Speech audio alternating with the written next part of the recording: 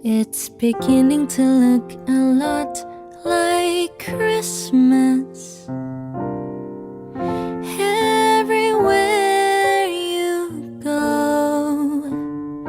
Bapak, Ibu, saudara-saudariku yang terkasih, hari ini kita merayakan pesta keluarga kudus.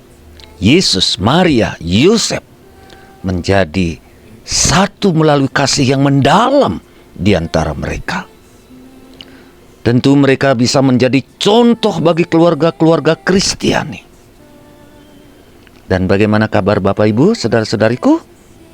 Tentu tetap ada sukacita, damai, sejahtera. Dan berturut-turut melalui Vigili Natal, dan hari ini pesta keluarga kudus, kita merayakan secara meriah. Nah, bacaan-bacaan hari ini mengungkapkan relasi-relasi ke dalam di antara keluarga.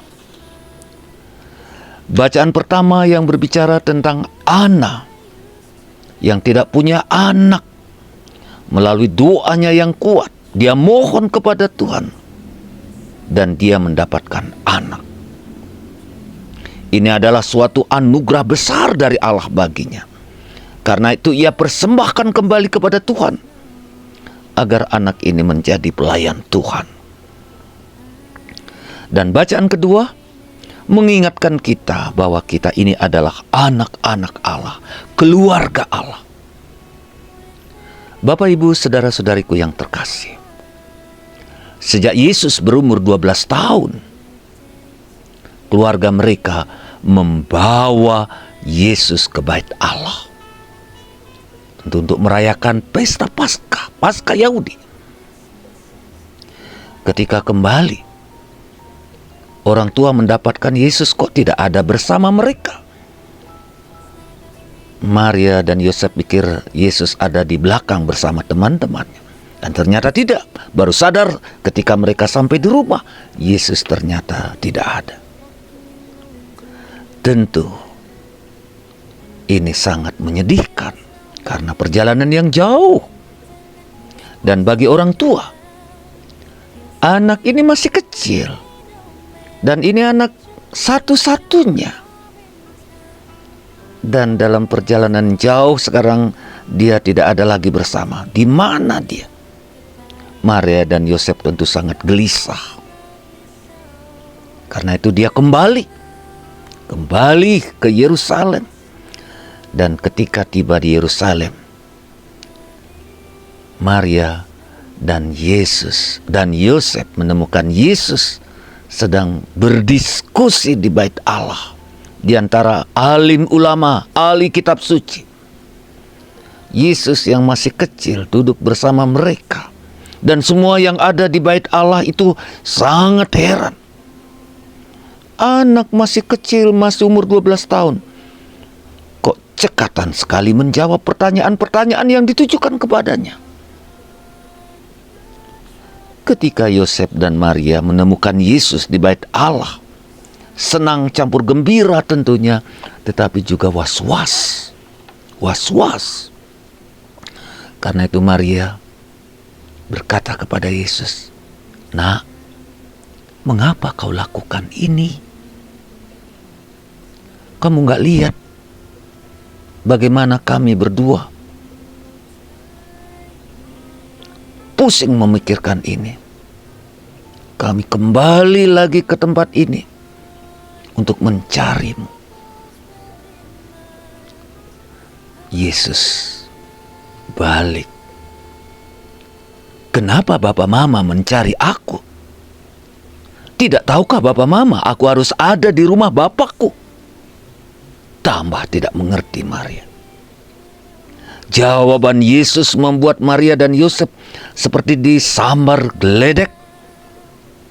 Tidak paham apa yang dikatakan Yesus. Yesus masih anak remaja dan ternyata sudah penuh dengan kepribadian yang matang. Tentu saja Maria dan Yosef kaget. Dia sama sekali nggak mengerti. Yesus yang biasa taat di tengah-tengah keluarga, bagaimana sekarang dia lakukan seperti itu? Di tengah-tengah keluarga Bapak Ibu pasti juga mengalami peristiwa-peristiwa seperti ini, bukan? Ya memang, menjadi orang tua, menjadi pendidik bukanlah tugas yang mudah, tetapi tugas yang mulia. Apalagi kalau anak sedang berkembang dan mulai menampilkan kepribadiannya dan juga situasi yang berbeda di zaman kita. Tugas kita sebagai orang tua mengarahkan mereka dengan adil, dengan jujur, dengan cinta. Jangan membentak, jangan memarahi, apalagi menghukum.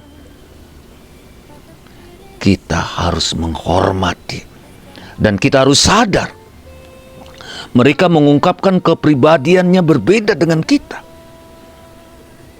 Nah, Bapak Ibu saudara-saudariku, setelah peristiwa itu dan setelah hari demi hari berlalu, Yesus semakin tambah dewasa dan ia tetap sebagai anak yang hormat pada orang tua dan anak taat dan juga anak yang saleh. Bacaan pertama memberikan pengajaran yang bagus buat kita. Anak yang tidak punya anak, dia berdoa, dia minta kepada Tuhan agar diberikan anak. Dia berdoa dengan setia, dengan mencucurkan air mata, dengan penuh iman.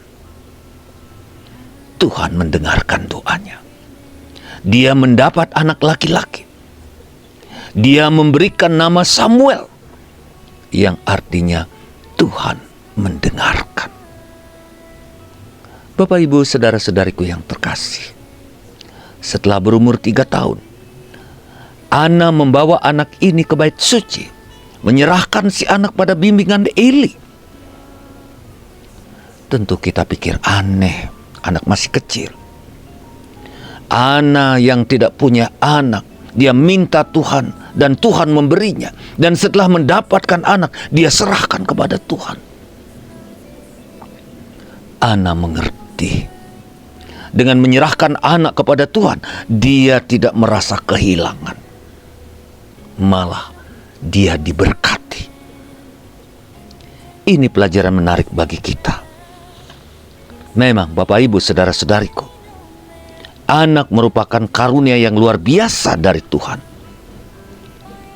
Seorang anak bukanlah pemain. Permainan milik anak-anak yang mereka gunakan untuk bermain. Anak-anak adalah manusiawi. Dia punya keluhuran martabat dan kita harus menghormatinya karena dia dicintai Allah. Berapa kali ungkapan Yesus yang mengungkapkan cintanya, perhatiannya, kasihnya kepada anak-anak kecil.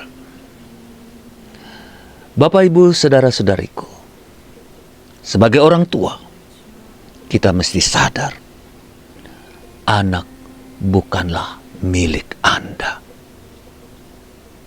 Anak-anak itu adalah makhluk hidup yang tidak bisa disamakan dengan milik. Anak-anak adalah anugerah Allah yang harus kita hormati dan dikembalikan kepada Tuhan agar dia bertumbuh dan berkembang sesuai dengan kehendak Allah. Berapa banyak orang tua yang takut kehilangan anak. Kalau anak ingin masuk biara, anak ingin masuk seminari, anak ingin dan seterusnya. Mereka takut, merasa kehilangan. Karena itu Bapak Ibu saudara-saudariku yang terkasih, belajar dari anak. Kita harus mendukung. Kita tidak akan kehilangan kalau anak minta mau masuk seminari kah, mau menjadi pastor kah, menjadi suster kah. Dan malah sebagai orang tua, kita akan mendapatkan banyak berkat. Nah Bapak Ibu saudara-saudariku yang terkasih, bacaan kedua berbicara tentang hubungan kita dengan Allah. Di depan Allah, kita seperti anak-anak. Tuhan mengendaki kita menjadi anak-anak-Nya. Dan melalui baptisan yang kita terima, kita digabungkan dengan keluarga Allah yang lainnya. Paulus mengatakan, kita menerima adopsi ilahi. Roh Kudus yang kita terima menjadikan kita anak-anak Allah. Memiliki iman pada Yesus adalah syarat mutlak untuk bisa menjadi anggota keluarga Yesus. Dalam prolog Yohanes, kita diyakinkan kembali. Semua yang menerima, semua yang percaya pada namanya, kepadanya diberi kuasa menjadi anak-anak Allah. Luar biasa Bapak Ibu, saudara-saudariku yang terkasih. Mari pada kesempatan kita merayakan pesta keluarga kudus, kita berdoa. Tentu bagi gereja, bagi kita semua sebagai keluarga Allah. Dan kita berdoa untuk keluarga-keluarga. Semoga kita mencontoh teladan orang-orang kudus dalam kitab suci. Kita telah menerima anugerah Allah, maka marilah kita dengan penuh syukur menyerahkannya kembali kepada Tuhan. Selamat merenungkan. Baca firman Tuhan hari ini baik-baik, renungkan, resapkan, dan niscaya banyak hal yang akan menyentuh hati Bapak Ibu. Saya Romo Agus Inyoman Murtika SVD, Domus Orationis Arnoldi Batu. Dan sekali lagi saya ingin mengucapkan kepada Anda semua, selamat Hari Raya Natal dan menyambut Tahun Baru 2022. Semoga semangat iman kita semakin bertumbuh di tahun-tahun yang mendatang ini. Terima kasih. Tuhan memberkati Anda semua. Amin. Amin. I need. Don't care about the presents underneath the Christmas tree. I just want you for my own, more than you could ever know. Make my wish come true, baby. All I want for Christmas is you. Ooh, all I want for Christmas